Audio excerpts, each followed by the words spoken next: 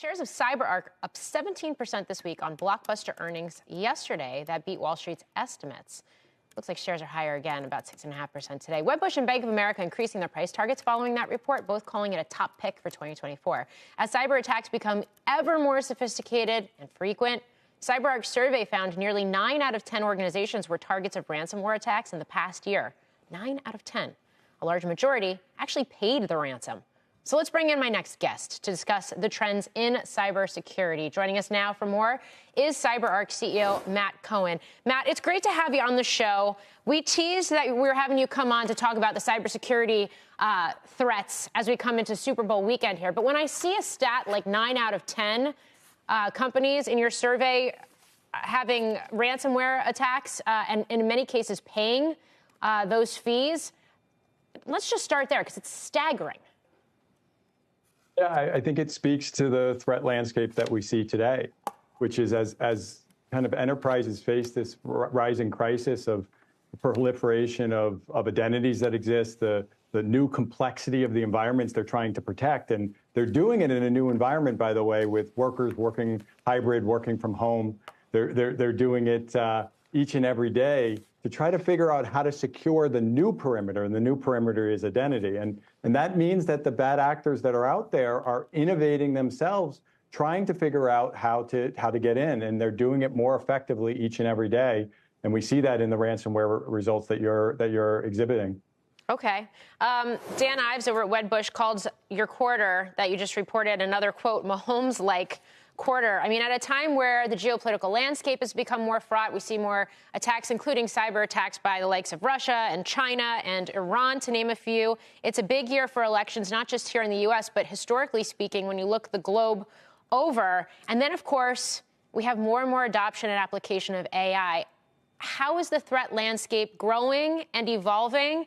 And what does it mean in terms of the innings we're in around these security risks? What does it mean for CyberArk? I think as you think about that threat landscape that you're describing, and you hit on this idea of AI-enabled attacks, and when you think about the power of AI and what it can use to boost productivity for enterprises like us, it also is an element of innovation that the bad actors can use to actually make their attacks more efficient, to make them more effective, to make even basic things like phishing, which has been out there for years and years, turn into a more advanced attack with deep fakes, with phishing, with voice simulated attacks. And I think as you get into the election season itself, you see people actually more likely to click on links, more likely to believe what they read, and then become more susceptible to these bad actors that are out there trying to get into environments, trying to get into enterprises, and trying to take over. And so for CyberArk, that represents an opportunity. We started securing the most privileged assets, the IT admins accessing the data center.